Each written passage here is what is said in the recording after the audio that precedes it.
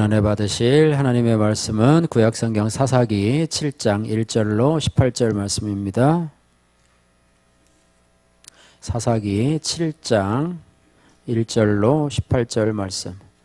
구약성경 372쪽에 있습니다. 사사기 7장 1절로 18절 말씀까지 여러분 다 같이 찾으셔서 우리 한 목소리로 같이 읽도록 하겠습니다. 사사기 7장 1절로 18절 말씀, 우리 1절부터 18절까지 우리 한 목소리로 같이 읽겠습니다. 여룻바알이라 하는 기드온과 그를 따르는 모든 백성이 일찍이 일어나 하룻샘 곁에 진을 쳤고 미디안의 진영은 그들의 북쪽이요 모레산 앞 골짜기에 있었더라. 여호와께서 기드온에게 이르시되 너를 따르는 백성이 너무 많은즉 내가 그들의 손에 미디안 사람을 넘겨주지 아니하리니 이는 이스라엘이 나를 거슬러 스스로 자랑하기를 내 손이 나를 구원하였다 할까 함이니라. 이제 너는 백성의 귀에 외쳐 이르기를 누구든지 두려워 떠는 자는 길라산을 떠나 돌아가라 하라 하시니 이에 돌아간 백성이 22,000이요 남은 자가 10,000명이었더라. 여호와께서 또 기드온에게 이르시되 백성이 아직도 많으니 그들을 인도하여 물가로 내려가라. 거기서 내가 너를 위하여 그들을 시험하리라. 내가 누구를 가리켜 내게 그는 너와 함께 갈 것이요 내가 누구를 가리켜 내게 이르기를 이 사람은 너와 함께 가시라 하면 그는 가지 말 것이니라 하신지라. 이에 백성을 인도하여 물가에 내려가매 여호와께서 기드온에게 이르시되 누구든지 개가 앓는 것 같이 혀로 물을 앓는 자는 너는 따로 세우고 또 누구든지 무릎을 꿇고 마시는 자들도 그와 같이 하라 하시더니 손으로 움켜 입에 대고 핥는 자의 수는 300명이요 그 외의 백성은 다 무릎을 꿇고 마신지라. 여호와께서 기드온에게 이르시되 내가 이 물을 핥아 먹은 300명으로 너희를 구원하며 미디안을 내 손에 넘겨주리니 남은 백성은 각각 자기의 처소로 돌아갈 것이니라 하시니 이에 백성이 양식과 나팔을 손에 든지라. 기드온이 이스라엘 모든 백성을 각각 그의 장막으로 돌려보내고 그 300명은 머물게 아니라 미디안 진영은 그 아래 골짜기 가운데 있었더라. 그 밤에 여호와께서 기드온에게 이르시되 일어나 진영으로 내려가라. 내가 그것을 내 손에 넘겨 주었느니라. 만일 내가 내려가기를 두려워하거든 내 부하 브라와 함께 그 진영으로 가서 그들이 하는 말을 들으라. 그 후에 내 손이 강하여져서 그 진영으로 내려가리라 하시니 기드온이 이에 그의 부하와 함께 있는 군대가 진영 근처로 내려간즉 미디안과 아말렉과 동방의 모든 사람들이 골짜기에 누웠는데 메뚜기의 많은 수와 같고 그들의 낙타의 수가 많아 해변의 모래 많은 같은지라. 기드온이 그곳에 이른즉 어떤 사람이 그의 친구에게 꿈을 말하여 이르기를 보라 내가 한 꿈을 꾸었 꿈에 볼이 한 덩어리와 미디안 진영으로 굴러 들어와 한 장막에 이르러 그것을 쳐서 무너뜨려 위쪽으로 엎으니 그 장막이 쓰러지더라. 그의 친구가 대답하여 이르되 이는 다른 것이 아니라 이스라엘 사람 요아스의 아들 기드온의 칼이라. 하나님이 미디안과 그 모든 진영을 그의 손에 넘겨주셨느니라 하더라. 기드온이 그 꿈과 해몽하는 말을 듣고 경배하며 이스라엘 진영으로 돌아와 이르되 일어나라 여호와께서 미디안과 그 모든 진영을 너희 손에 넘겨주셨느니라 하고 300명을 세 대로 나누어 각 손에 나팔과 빈 항아리를 들리고 항아리 안에는 횃불을 감추게 하고 그들에게 이르되 너희는 나만 보고 내가 하는 대로 하되 내가 그 진영 근처에 이르러서 내가 하는 대로 너희도 그리하여 나와 나를 따르는 자가 다 나팔을 불거든 너희도 모든 진영 주위에서 나팔을 불며 이르기를 여호와를 위하라 기드온을 위하라 하라 하니라. 아멘. 할렐루야. 오늘 읽으신 본문 사사기 7장 1절에서 8절 말씀을 중심으로 해서 하나님이 하셨습니다 라고 하는 제목으로 함께 은혜를 나누기를 원합니다. 사랑하는 성도 여러분, 우리가 신앙생활을 하면서 하나님 앞에 드릴 수 있는 가장 귀한 고백이 무엇일까요? 주님께 대한 고백들을 여러 가지 생각해 보면 이렇게 고백하면 하나님이 기뻐하시겠다라고 하는 고백들이 있습니다. 몇 가지로 살펴보면요. 하나님 정말 감사합니다. 또 하나는 하나님 제가 주님을 사랑합니다. 이런 고백이죠. 또 하나님 제가 하나님을 정말로 믿습니다. 또 하나는 하나님은 살아계신 하나님이십니다. 또 하나님께서 나와 함께 하십니다. 이런 고백들 참 믿음의 고백이고 또 하나님 기뻐하시는 고백이라고 생각이 됩니다.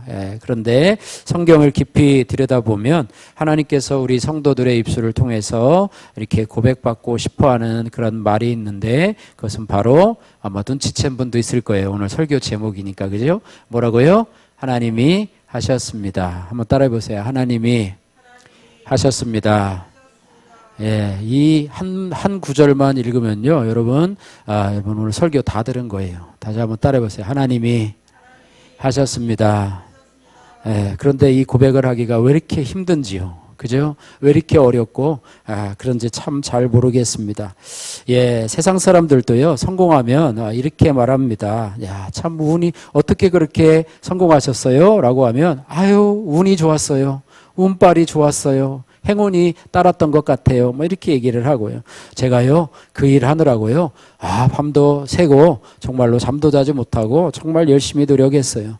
또 어떻게 성공하셨어요? 라고 하면 정말로 좋은 사람을 만나서 그 사람이 나를 도와줬어요. 라고 얘기도 하고요.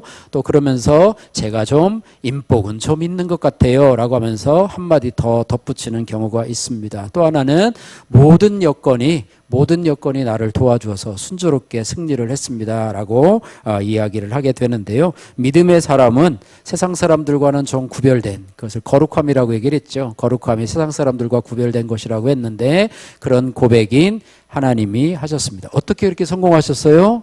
어떻게 그렇게 잘 됐어요? 라고 하면 하나님이 하셨습니다. 따라해 보세요. 하나님이 하셨습니다.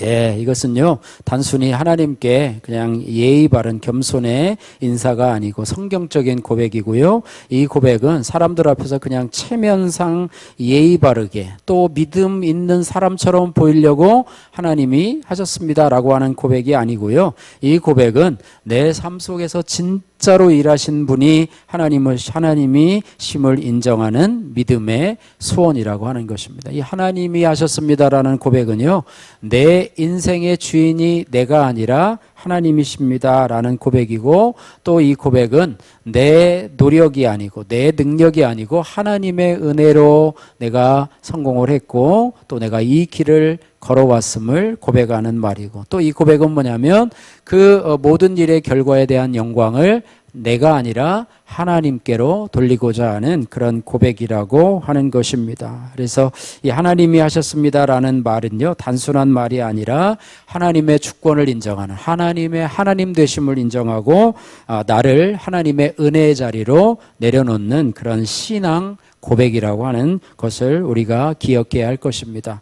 성경을 보면은요, 이 하나님을 믿는 사람은 언제나 이 고백으로 인생을 정리하는 모습을 보게 되는데요. 고린도전서 15장 10절 말씀에 사도 바울은 자신의 인생을 이렇게 요약합니다. 그러나 나의 나된 것은 하나님의 은혜로 된 것이니, 자신의 인생을 나의 나된 것은 하나님의 은혜로 되었다라고 고백을 하고 있습니다.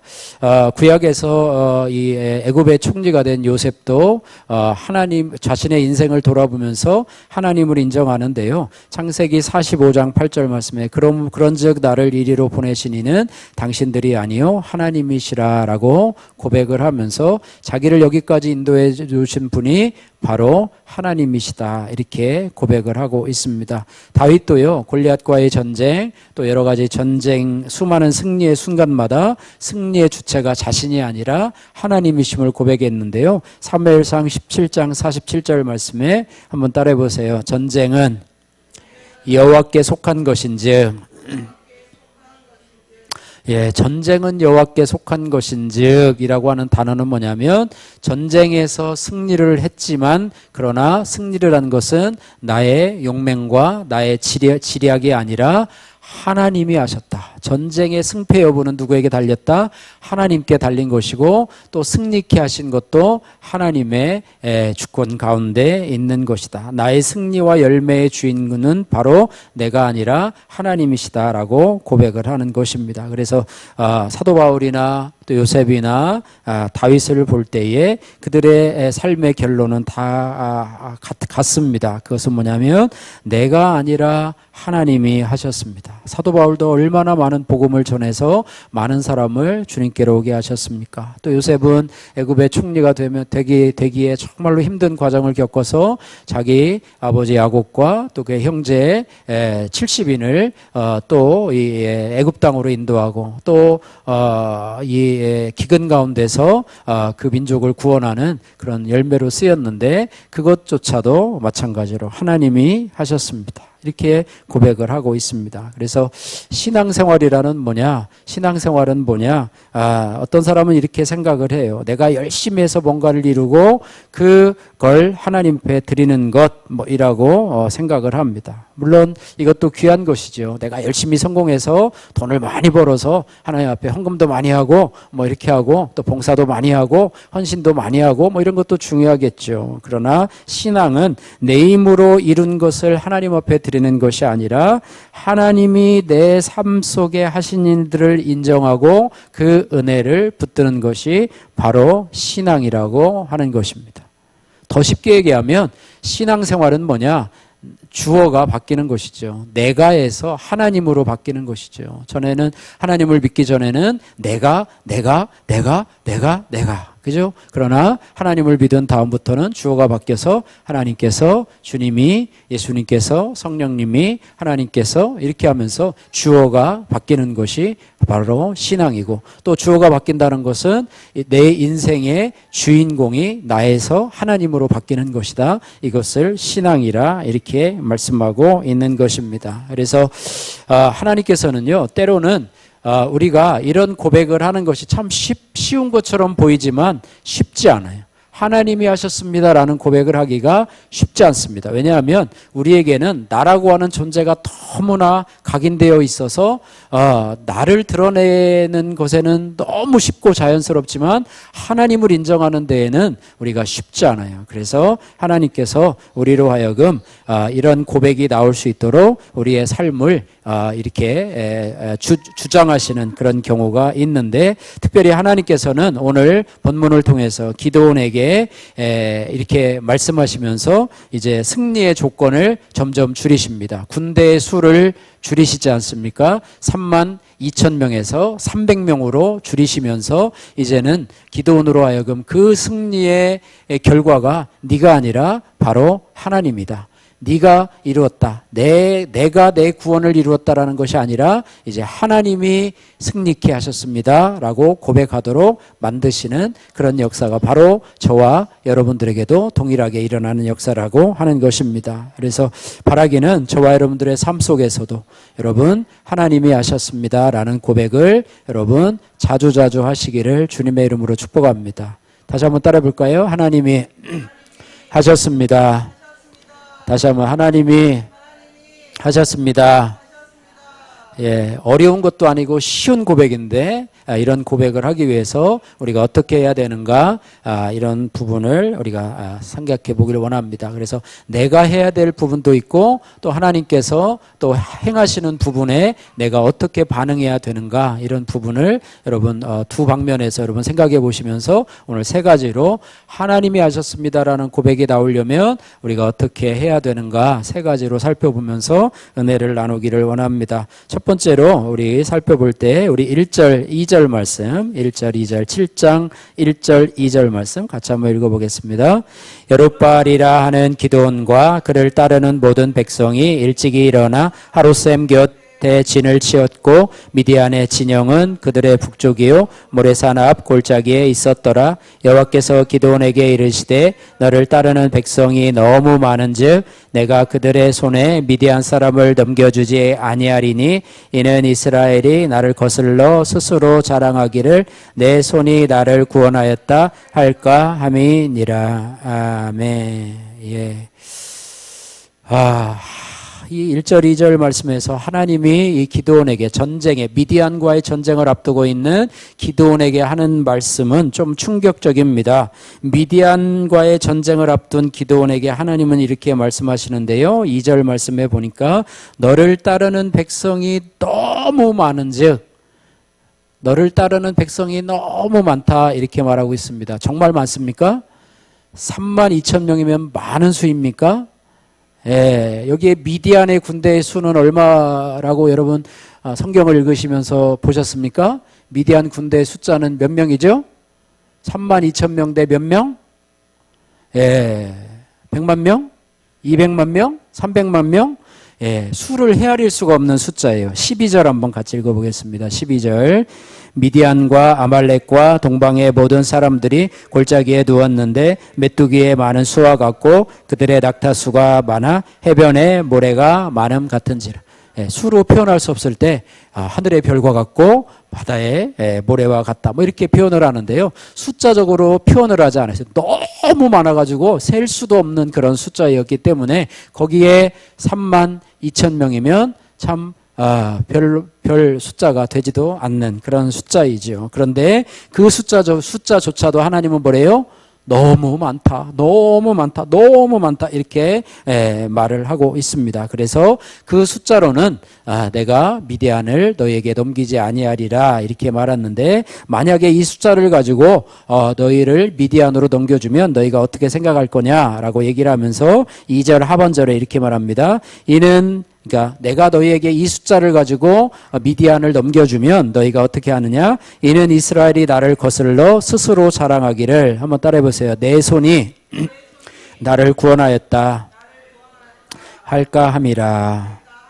예, 32,000명의 숫자를 가지고 정말 해변의 모래와 같이 하늘의 별과 같이 메뚜기 떼와 같은 그런 숫자를 물리쳤음에도 불구하고 그들은 어떻게 한다고요? 하나님이 하셨습니다라고 얘기하지 않고 어떻게 한다고요? 내가 내 손이 나를 구원하였다 라고 할 것이기 때문에 이 숫자로는 너무 많다라고 이야기를 하고 있습니다. 예, 참 이것이 바로 인간의 타락한 모습이라고 볼 수가 있는 것인데요. 이 자랑하는 것, 스스로 자랑하기를 이라고 하는 것이 바로 저와 여러분의 문제라고 하는 것입니다. 자랑이라고 하는 것, 자랑은요 자기 자랑이 있고 하나님께 대한 자랑이 있는데 우리는 특별히 하나님께 대한 자랑보다는 내 자랑이 많아요. 내 자랑이 많아요. 하나님께서 우리에게 승리를 주실 때에는 그 영광이 누구에게 돌아가야 되냐면 하나님께로 그 방향이 돌아가야 되는데 사람은 승리 앞에서 자기도 모르게 그 방향을 자신에게로 돌리게 됩니다. 처음에는 그래도 믿음 있는 사람은요, 하나님이 도우셨습니다. 하나님이 하셨습니다라고 이렇게 형식적으로 말은 해요. 그러나 시간이 지나면 자기 자랑이 들어가고 그 자랑의 방향이 이렇게 바뀝니다. 하나님이 도우셨지만 그래도 그때 내가 그 결정적인 순간에 내가 그때 결정을 잘했지. 내가 만약에 그때 선택을 안 했으면 아마 그 일은 아마 빠개졌을 거야. 이렇게 생각을 하고 또 하나님이 도우셨지만 그때 내가 잘 버티지 않고 끝까지 내가 인내하지 않고 내가 포기하고 집으로 돌아갔으면 아마 그 성공은 없었을 거야 라고 하면서 은근히 자기 자신을 끼워 넣는 그런 모습입니다. 예, 그래서 하나님의 승리를 내 공로로 바꾸는 것이 바로 자기 자랑이라고 하는 것인데요. 신앙생활을 하는 데 있어서 이 자기 자랑은 참으로 무서운 말이다. 또 위험한 말이다 이렇게 말하고 있어요. 예. 여러분 대화하다가 가장 좀 껄끄러운 사람이 어떤 사람이냐면 자기 자랑하는 사람과 대화하면 여러분 은혜가 충만하죠. 또 지랄하고 자꾸 뭐 이렇게 또 시작이네 뭐 이렇게 하면서 노인분들은 주로 누구 자랑을 해요? 자식 자랑하는데 오늘 얘기하고 또 모이면 또 다음 날 또 하고 무한 반복하는데 사람과의 대화에서 비싼 밥 먹고 차 마시는데 자기 자랑하면 정말로 짜증이 나고 다음에 만날 생각이 들지 않는 사람이 자기 자랑하는 사람이라고 생각이 되는데요. 신앙생활하면서 이 자기 자랑을 하는 사람을 하나님이 참 어떻게 보시느냐, 참 가엾이 보신다 생각이 듭니다. 왜냐하면 이 자기 자랑이 참 무서운 말이라고 하는데요. 자기 자랑은 승리하고도 하나님을 찬양하지 못하게 만드는 말이고 하나님 앞에 응답을 받고 나서도 하나님 앞에 교만해지는 말이고 또 하나님께서 여러 가지 복을 주셨음에도 불구하고 하나님이 하신 일을 잊어버리는 악한 말이기 때문이라고 하는 것입니다. 네, 그래서 우리가 이 경건에 이를 때에 자기 자랑의 말을 점점 줄여 가야 된다. 할렐루야. 자기 자랑의 말을 점점 꺾어가야 한대. 아유, 내가요, 이것도 잘하고 저것도 잘하고 이것도 하고 이것도 하고 이것도 잘하고 이런 말을 들어놓는 것을 점점 더 줄여야 된다라고 하는 것인데 참 잘 되지 않아요. 예, 저부터도 잘 되지 않는데요. 하나님은 우리로 하여금 하나님이 하셨습니다라는 고백을 듣기 위해서 하나님은 기드온처럼 군사의 수를 줄이듯이 우리의 자랑거리를 줄여 가시는 하나님이시라고 하는 것입니다. 그래서 이것을 알아야 돼요. 하나님이 일부러 우리로 실패하려고 또 우리로 약하게 살려고 우리의 자랑거리를 줄이는 것이 아니라 하나님이 나로 하여금 하나님 앞에 온전히 설 수 있도록 나의 자랑거리를 꺾으시는 하나님이시다 말씀하고 있습니다. 예, 저도 외교관이 되기를 원하셔서요. 외교관이 꿈을 이 초등학교 때 가지고 있었는데 아마 외교관이 됐으면 지금 아마 조금 교만해지지 않았을까 생각이 돼요. 예, 저희 테니스 클럽에 우리 회장, 우리 한 분이 계신데요. 그 아들이 외교관이에요, 외교관. 서울대 외교학과 나오고 외교관인데요. 뭐라고 얘기를 하시냐면, 그 외교관의 삶을 이제 그 분을 통해서 잠깐 듣는데, 2년마다 한 번씩 자리를 바꾼대요. 그러니까 자녀들이요, 너무 힘든 거예요. 그리고 뭐라고 얘기하냐면, 돈이 많은 외교관은 그러니까 부모님이 돈이 많은 외교관은 어디 가서 좀 풍족하게 살 수 있는데 돈이 없는, 그러니까 이분이 그렇거든요. 예, 돈이 없는 외교관의 아들은 그곳에 가서 참 힘들게 산다. 물론 공관도 주지만 공관도 주고 이렇게 하지만 또 가서 또 어느 곳에 가서는 월세로 그것들을 공관들을 얻어야 되기 때문에 돈이 없으면 참 힘들고 어렵게 산다는 거예요. 그러니까 유목민과 같이 옮기는 삶을 살아가야 되고 또 가면서 문화에 적응도 해야 되고 또 언어도 적응을 해야 되고 여러 가지 힘든 일이 너무나 많대요. 겉으로 보기에는 외교관이 너무 좋은 것 같은데 가보면은 너무너무 힘들고 또 돈이 없으면 또 그만큼 상대적으로 너무 힘든 것이 외교관의 삶이라고 이야기를 하면서 그 말을 듣는 저의 마음은 어땠냐면 외교관이 안 되기를 잘했다. 할렐루야.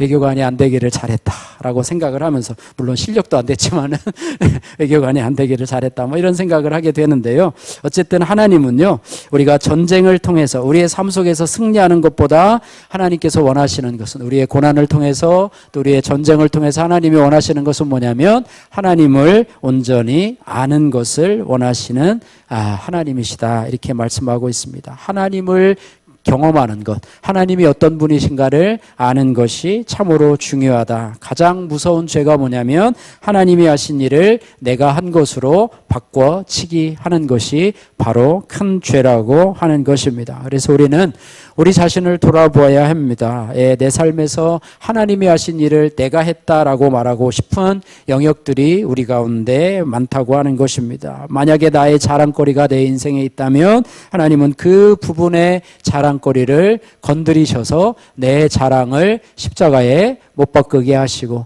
이제는 하나님만 자랑하고 여호와만 자랑하고 주님만을 자랑하는 인생이 되게 하신다. 그래서 우리의 고백은 뭐라고요? 하나님이 하셨습니다.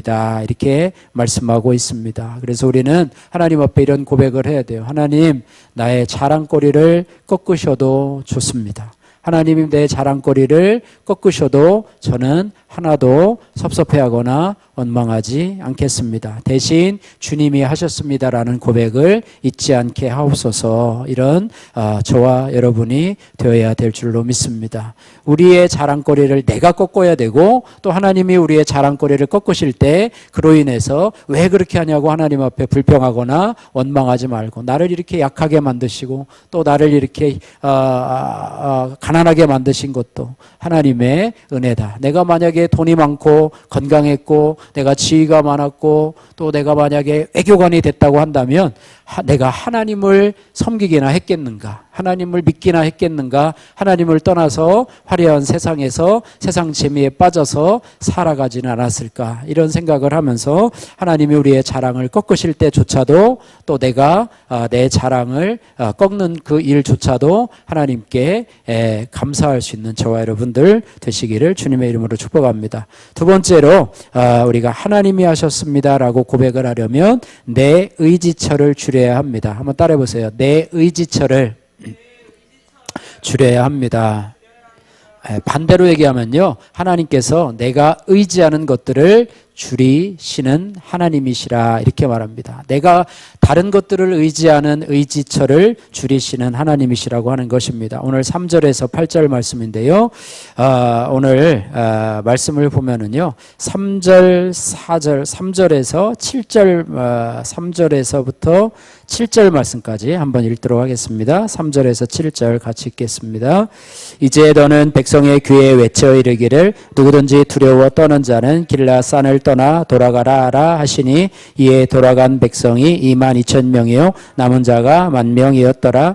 여호와께서 또 기드온에게 이르시되 백성이 아직도 많으니 그들을 인도하여 물가로 내려가라. 거기서 내가 너를 위하여 그들을 시험하리라. 내가 누구를 가리켜 내게 이르기를 이 사람이 너와 함께 가리라 하면 그는 너와 함께 갈 것이요 내가 누구를 가리켜 내게 이르기를 이 사람은 너와 함께 가지 말 것이라 하면 그는 가지 말 것이니라 하신지라. 이에 백성을 인도하여 물가에 내려가매 여호와께서 기드온에게 이르시되 누구든지 개가 핥는 것 같이 혀로 물을 핥는 자들은 너는 따로 세우고 또 누구든지 무릎을 꿇고 마시는 자도 그와 같이 하라 하시더니 손으로 움켜 입에 대고 핥는 자의 수는 300명이요 그 외의 백성은 다 무릎을 꿇고 물을 마신지라. 여호와께서 기드온에게 이르시되 내가 이 물을 핥아 먹는 300명으로 너희를 구원하며 미디안을 내 손에 넘겨주리니 남은 백성은 각각 자기의 처소로 돌아갈 것이니라 하시니. 아멘. 예. 3절 말씀에는요, 하나님께서 이제 두려워 떠는 자를 돌려보내라 말씀하고 있습니다. 그랬더니 22,000명이 돌아가고 몇 명이 남아요? 10,000명이 남게 됩니다. 그런데도 하나님은 4절에 이렇게 말합니다. 백성이 아직도 많으니 그들을 인도하여 어디로 가라고요? 물가로 내려가라. 내가 거기서 너를 위하여 그들을 시험하리라 라고 말하고 있는데요. 물 마시는 태도로 결정하시겠다라고 말씀하고 있습니다. 어떤 사람은 물을 마시는데 손으로 물을 움켜 핥듯이 마시고 어떤 사람은 무릎을 꿇고 엎드려 마십니다. 그리고 하나님은 갈 사람의 수를 이렇게 정하십니다. 7절 말씀해 보니까 내가 이 물을 핥아 먹는 300명으로 너희를 구원하며 내 미디안을 내 손에 넘겨주리니 남은 백성은 각기 자기의 처소로 돌아갈 것이니라 말씀하고 있습니다. 물을 마시는 태도로, 그러니까 이 물을 무릎 꿇고 마시지 않고 물을 손에 움켜서 핥아 먹는 자를 골라서 세웠더니 몇 명이에요? 300명이었더라 이렇게 말씀하고 있습니다. 그렇다고 여러분 이제 앞으로 물을 마실 때 손으로 움켜서 무릎 꿇고로 절대로 뭐 이런 것이 이제 구원의 조건이 아니고요. 여기에는 여러 가지 해석들이 있는데요. 손으로 움켜 핥듯이 마신 사람은 고개를 숙이지 않기 때문에 주변을 살피면서 마실 수가 있습니다. 반대로 무릎을 꿇고 엎드려 마시면 시야가 낮아지잖아요. 밑을 바라보잖아요. 경계가 느슨해질 수 있습니다. 그러므로 이 장면은 전쟁을 앞둔 병사에게 필요한 태도인 깨어있음과 경계함을 상징한다고 보는 그런 해석도 있는데 일리가 있습니다. 그죠? 또 하나의 해석이 있는데 이 물 마시는 태도로 사람을 판단한다는 것은 참으로 짧은 순간이에요. 정말로 짧은 순간의 행동으로 판단하는데요. 이런 짧은 순간의 태도조차도 하나님은 전쟁에 나갈 사람을 구별하신다 말씀하고 있습니다. 여러분 하나 보면 열을 안다 뭐 이런 거 아시죠? 짧은 순간에 한눈에 딱 보니까 저 사람은 딱 뭐 이런 거 볼 때도 있죠. 그런데 하나님은 어떠시겠어요? 전지전능하신 하나님이기 때문에 우리의 일거수일투족을 막 몇 년 수십 년 지켜보지 않아도 딱 보면 압니다 라고 하는 것처럼 그렇게 할 텐데요. 그래서 여기서 우리가 받을 수 있는 교훈은 뭐냐? 큰 믿음은 큰 결단에서만 나오지 않는다. 작은 순간에 하나님 앞에서 우리가 어떻게 반응하는가에 따라서 하나님이 나를 판단하시고 우리의 인생을 결정하신다. 그러니까 작은 것 하나도 우리는 무심코 넘어갈 수 없다. 하나님 앞에서 작은 태도조차도, 그죠? 작은 태도조차도 우리가 무시할 수가 없다. 우리가 소자에게 냉수 한 그릇 대접한 것도 하나님은 그 상을 잃지 아니하신다. 작은 것에 충성하라. 그리하면 내가 큰 것으로 너에게 맡기시리니. 뭐 이렇게 말하고 있는데요. 그러나 이제 두 가지 해석이 있는데요. 하나님께서 오늘 이제 300명을 택하시는 것은 뭐냐면 하나님의 주권이라고 하는 것입니다. 하나님의 정한 기준이 있어서 300명을 택하신다. 하나님이 결정하신 것이다. 뭐 우리가 여러 가지 생각을 하지만 그것보다는 하나님이 정하신 방식으로 하나님이 전쟁에 나갈 군사를 남기신다라는 그런 메시지라고 하는 것입니다. 어쨌든 하나님은 이 기드온이 의지하는 그런 의지처를 의도적으로 줄이셔서 32,000명에서 몇 명으로요? 300명으로 줄이신다라고 하는 것이죠. 야, 그러면 그들이 무슨 특수부대인가 보다. 정말로 일당 1,000명 하는 그런 사람들인가 보다. 막 하면 막 영화 보면 막 한 사람이 막 한 20명, 30명 막 무너뜨리는 게 있잖아요. 이 사람들은 어디서 특수훈련 받은 사람인가 보다라고 하는데 그 사람들은요, 여기 보니까 백성들이라는 표현을 쓰잖아요. 처음에 군사라는 표현도 안 써요. 백성들이라는 표현인데요. 다 거기서 거기다. 거기서 거기다. 집으로 돌아간 사람이나 선발받은 300명이나 다 거기서 거기다. 뭐 이렇게 우리가 생각하면 좋을 사람들입니다. 어쨌든 300명만 남으니 기드온은 완전히 누구에게 의존해요? 이 300명을 의존합니까? 아니면 하나님을 의지하게 될 겁니까? 하나님을. 이 300명 뽑아놓아 보니까 또 별것도 아니에요. 몇 명 되지도 않아요. 저기 보니까 어떻게 해요? 메뚜기 떼 같고 그 사람들이 탄 낙타의 수가 바다에 해변에 모래와 같은데 이 300명, 이 300명이 뭐 이거 가지고 뭘 할 수 있겠나? 라고 생각을 하니까 이제는 하나님만 의지하게 한다라고 하는 것입니다. 우리에게도 마찬가지예요. 우리도 하나님을 믿기는 믿지만 그래도 사람도 있어야지. 하나님도 믿기는 믿지만 돈이 있어야지. 하나님도 믿기는 믿지만 그래도 내 실력이 있어야지. 내 경험도 있어야지 라고 하면서 하나님을 믿기는 믿는데 거기에 뭐를 추가해요? 플러스 알파를 추가합니다. 우리 구원도 마찬가지잖아요. 내가 어떻게 하나님을 믿어서 100% 구원을 얻어? 그래도 내 노력이 포함이 되어 있어야지. 내가 그래도 열심히 내가 해야 열심히 교회도 나오고 열심히 봉사도 하고 열심히 헌금도 해야 구원을 이루어가는 것이지. 내가 그것도 없이 어떻게 100% 예수님이 십자가에 못 박히신 것만 믿고 내가 구원을 얻어? 그건 좀 말이 안 되지. 좀 미안하지 하나님께.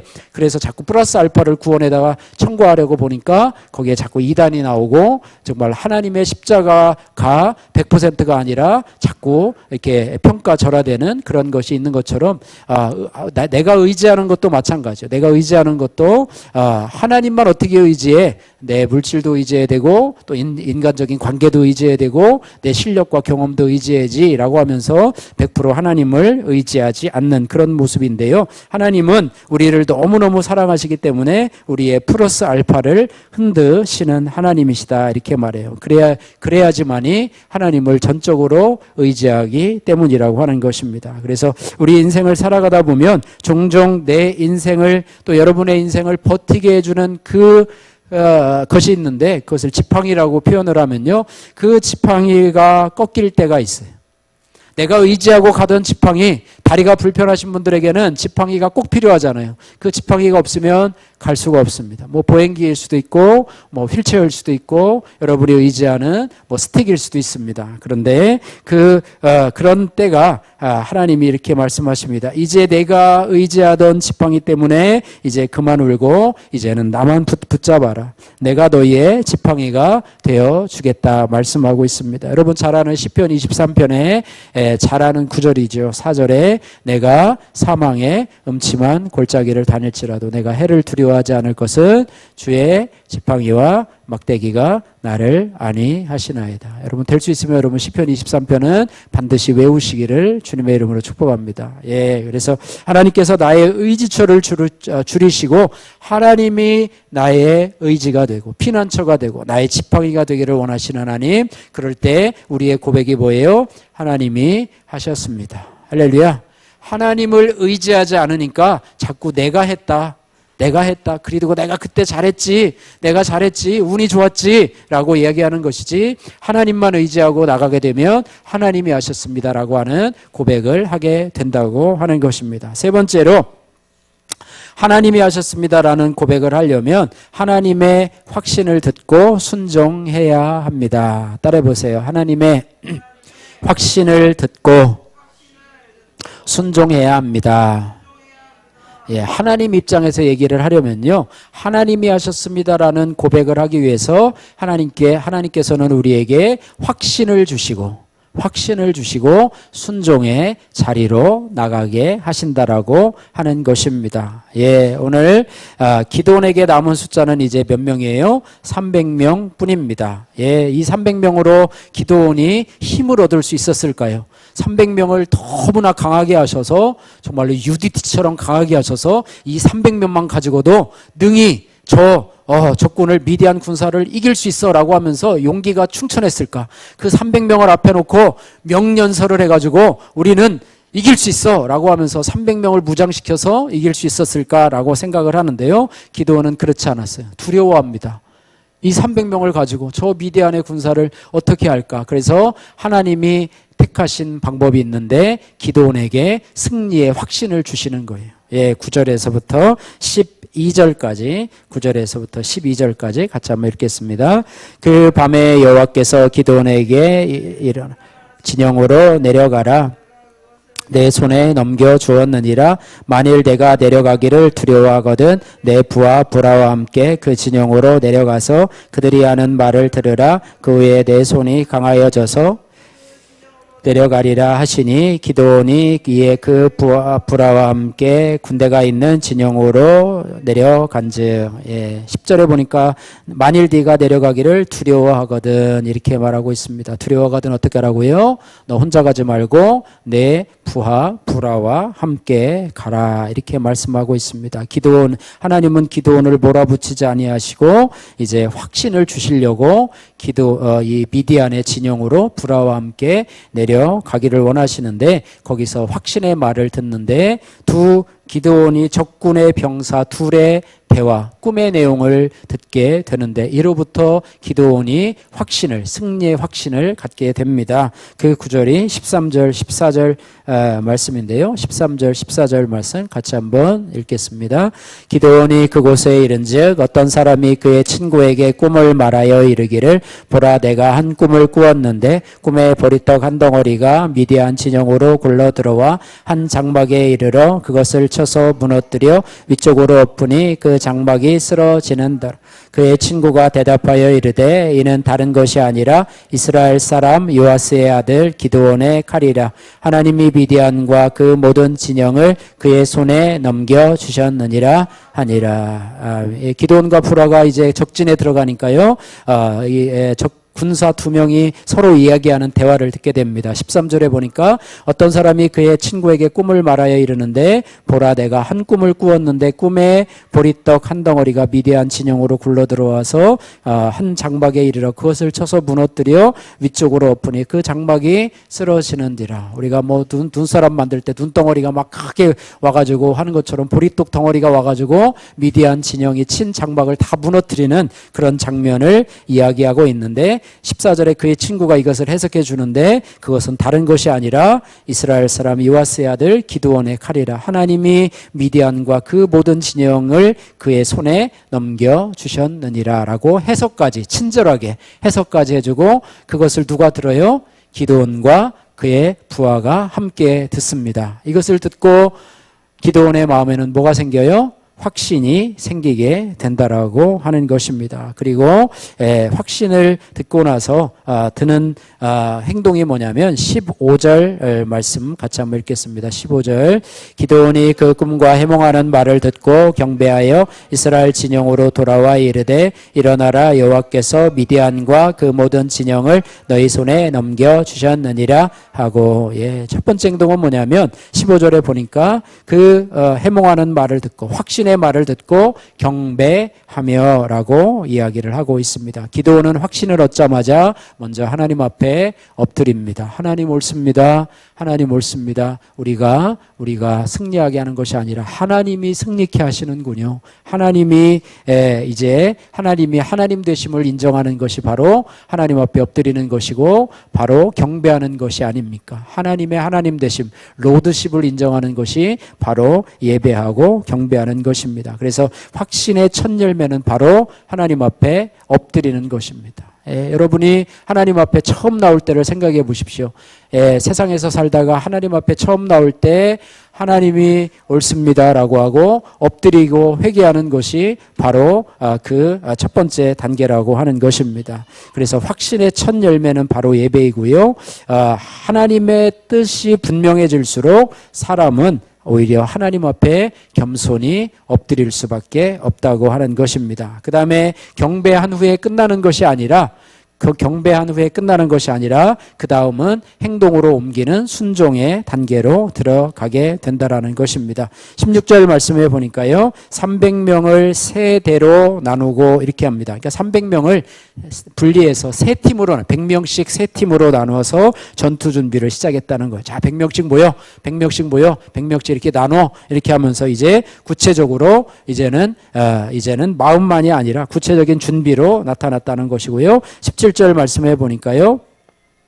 자, 그 손에 뭐라고 하냐면 16절에 각 손에 나팔과 빈 항아리를 들리고 항아리 안에는 횃불을 감추게 하고 그리고 17절에 그들에게 이르되 너희는 나만 보고 내가 하는 대로 행하라 라고 말하고 있습니다. 기드온은 그 백성들 앞에 솔선수범해서 나같이 이렇게 하면 된다 하면서 모범을 보이는 그런 모습을 보이고요. 18절에 보면은 어떻게 하라고 얘기를 하냐면 나와 나를 따르는 자가 다 나팔을 불거든 너희도 모든 진영 주위에서 나팔을 불며 이르기를 여호와를 위하라 기드온을 위하라 하라 하니라 이렇게 말씀하고 있습니다. 여호와를 위하라 기드온을 위하여 하라. 이 전쟁은 우리의 힘이 아니라 하나님 앞에 속한 것이니 하나님만 의지하며 나가자는 그런 외침이라고 볼 수가 있습니다. 오늘 본문이 밝혀주는 것은 뭐냐면 하나님은 우리로 하여금 하나님이 하셨습니다라는 고백을 하기 위해서 우리의 두려움도 뛰어넘으시면서 우리에게 확신을 주십니다.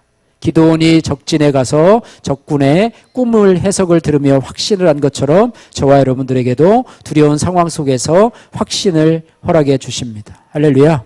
여러분이 성경 말씀을 읽으면서 확신을 받든지 아니면 누구의 간증을 들으며 확신을 받든지 아니면 주일에 설교 말씀을 들으며 확신을 받든지 간에 하나님은 우리로 하여금 확신을 갖게 하시고 또 하나님 앞에 엎드리게 하시고 경배하게 하시고 순종의 단계로 나가게 하신다라고 하는 사실을 우리가 기억해야 할 것입니다. 저희 교회가 이곳으로 예배당을 옮기게 된 이유도 바로 순종으로 확신을 받고 순종함으로 이곳에 오게 되었는데요. 사르밧 과부의 말씀을 기도 중에 확신을 받고 저희들은 한 걸음을 내디뎠지 않습니까? 이 사실을 저는 아내에게 말하고 더 나아가 우리 실행위원들과 상의를 했고 그제 권사님 아시죠? 실행위원들 모아놓고 이것을 하려고 그러는데 어떻게 생각하십니까? 그랬더니 목사님 하시고 싶은 대로 하세요. 목사님 원하시는 대로 하세요. 그러면서 저를 밀어주셨는데 또 상의를 하고 끝난 것이 아니라 동의를 받은 후에 은행에 가서 우리가 그동안에 성전 이전 건물을 했던 돈을 다 찾아서 또 그 교회를 수소문하고 해가지고 또 아내와 우리 집사님 한 분하고 해가지고 내비게이션으로 찾아가지고 그 목사님은 지금도 그런 얘기를 해요. 저희가 길을 잘못 들어가지고요. 교회 근처에서 길을 잘못 들어가지고 논둑으로 갔어요. 논둑으로. 가가지고 가보니까 이게 갈 수 없는 길이에요. 그래가지고 전화를 했더니 아이고 걸러오시지 않고 반대편으로 틀었으면 바로 교회인데 어떻게 이상한 농도로 가셨어요. 그러면서 지금도 그 일을 어저께도 지난번에도 말씀하시면서 그 일이 좀 생각이 나시나 봐요. 길을 헤매가지고 이상한 논둑으로 가가지고 시골길로 갔던 그런 기억이 나는데요. 어쨌든 그때 어떤 확신을 받고서 뭐 그냥 그럴 수도 있겠지 하며 그거를 이렇게 뭉개버렸으면 이런 일이 없었을 텐데 하나님께서 우리로 순종하게 하셨고 또 그 일을 통해서 우리로 하여금 오병의 말씀을 붙잡게 하셨고 또 예배당을 또 허락해 주셨음을 저희들이 기억합니다. 우리에게 우리의 신앙생활에서요 확신은요 두려움이 완전히 사라지는 것이 아니라 두려움이 있어도 말씀을 따라 움직이는 것 이것을 확신이라고 하고 있습니다. 그래서 내가 정말 하나님을 믿는가라는 그 질문에 대한 답은 말로만 하는 고백보다는 내가 무엇에 순종하고 있는가에서 드러납니다. 성도 여러분, 우리에게 오늘 필요한 것은요 감동적인 예배 한 번이 아니라요 그 확신으로 시작되는 작은 순종 하나가 중요하다고 하는 거예요. 예, 제가 네가 혹시 지옥 가야 될 사람이 아니냐라고 하는 그 말씀을 듣고서 확신을 받은 거잖아요. 그리고 한 걸음을 옮겨서 그 다음 주에 내가 교회로 발걸음을 옮겼어요. 그동안 그토록 오랫동안 교회에 발걸음을 옮기지 않았는데, 만약 그때 순종의 발걸음을 옮기지 않고 에이, 뭘 교회가 다음 주부터 가자, 뭐 이렇게 하고 딴 데 갔으면 아마 저의 지금 모습은 아마 없을지도 모릅니다. 그러나 저는 하나님 감사하게도 확신을 받고 은혜를 받으면 순종의 걸음을 옮기게 하시더라고요. 예, 제가 신학교를 하려는 감동의 확신을 받고 부자 청년으로 확신을 받고 나서도, 예, 그것이 대학원을 때려치고 목사님에게 말하고 제가 신학을 하겠습니다라고 순종의 걸음을 이어간 것도 하나님 참 감사한 일이라고 생각이 됩니다. 그래서 하나님은 저에게 확신뿐만 아니라 순종의 한 걸음을 디디게 하셔서 지금까지 오게 하셨는데, 여러분들도 하나님의 은혜를 주시고 확신을 주시면 한 걸음 순종의 길로 나가서 기도 안 턴 사람이 기도의 걸음을, 말씀을 안 읽던 사람이 말씀을 읽게 되고, 교회 안 나갔던 사람이 교회를 나가게 되고, 하나님 앞에 헌신 안 하고 봉사를 안 했던 사람이 하나님 앞에 봉사하는 그런 삶을 살아간다면, 그것이 바로 하나님이 우리에게 원하시는, 기도원이 오늘 순종했던 승리의 비결이 바로 여기에게 있는 것이 아닌가 시작됩니다. 이런 작은 순종들이 우리의 인생에 걸음걸음 쌓일 때 우리의 인생은 그 순간마다 하나님이 하셨습니다. 할렐루야. 하나님이 하셨습니다. 우리의 순종의 열매를 하나님 앞에 돌려드리는 이런 인생이 될 줄로 믿습니다. 말씀을 정리합니다. 오늘 하나님은요, 우리로 하여금 우리의 인생의 주인이 너로부터 하나님으로 바뀌게 하시는 신앙의 결단을 하실 뿐만 아니라 우리의 인생의 여정 가운데서 우리의 삶의 결과들을 내가 했습니다가 아니라 하나님이 하셨습니다라고 하는 그런 신앙 인격이 되도록 우리를 변화시키는데, 특별히 우리의 자랑을 꺾으시고 또 우리가 의지하던 지팡이와 같은 의지처들을 줄여주시고 또 하나님 말씀으로 은혜 주시고 확신 주셔서 순종하게 하심으로 인해서 우리로 하여금 하나님이 하셨습니다 라고 하는 하나님의 주권을 인정하는 그런 신앙의 길을 걸어가게 하신다라고 하는 것입니다. 그래서 우리의 믿음의 여정은 뭐냐? 믿음의 여정은 뭐냐? 하나님이 하셨습니다. 여러분이 인생의 마지막, 여러분 이제 인생을 마지막으로 이제 얼마 남겨놓고 있지 않을 때 여러분의 인생을 돌아보지 않겠습니까? 그 인생을 돌아보면서 여러분이 마지막 할 수 있는 신앙의 고백은 하나님이 나를 여기까지 인도해 주셨습니다. 그리고 이 모든 일은 하나님이 하셨습니다라고 하면서 우리의 영혼을 하나님 앞에 의탁하며, 하나님 나의 영혼을 주님께 의탁합니다, 나의 영혼을 천국으로 인도하실 줄 믿습니다라고 하면서 우리의 인생의 마감을 내가 아니라 하나님으로 고백할 수 있는 그런 신앙의 역사가 있게 될 줄로 믿습니다.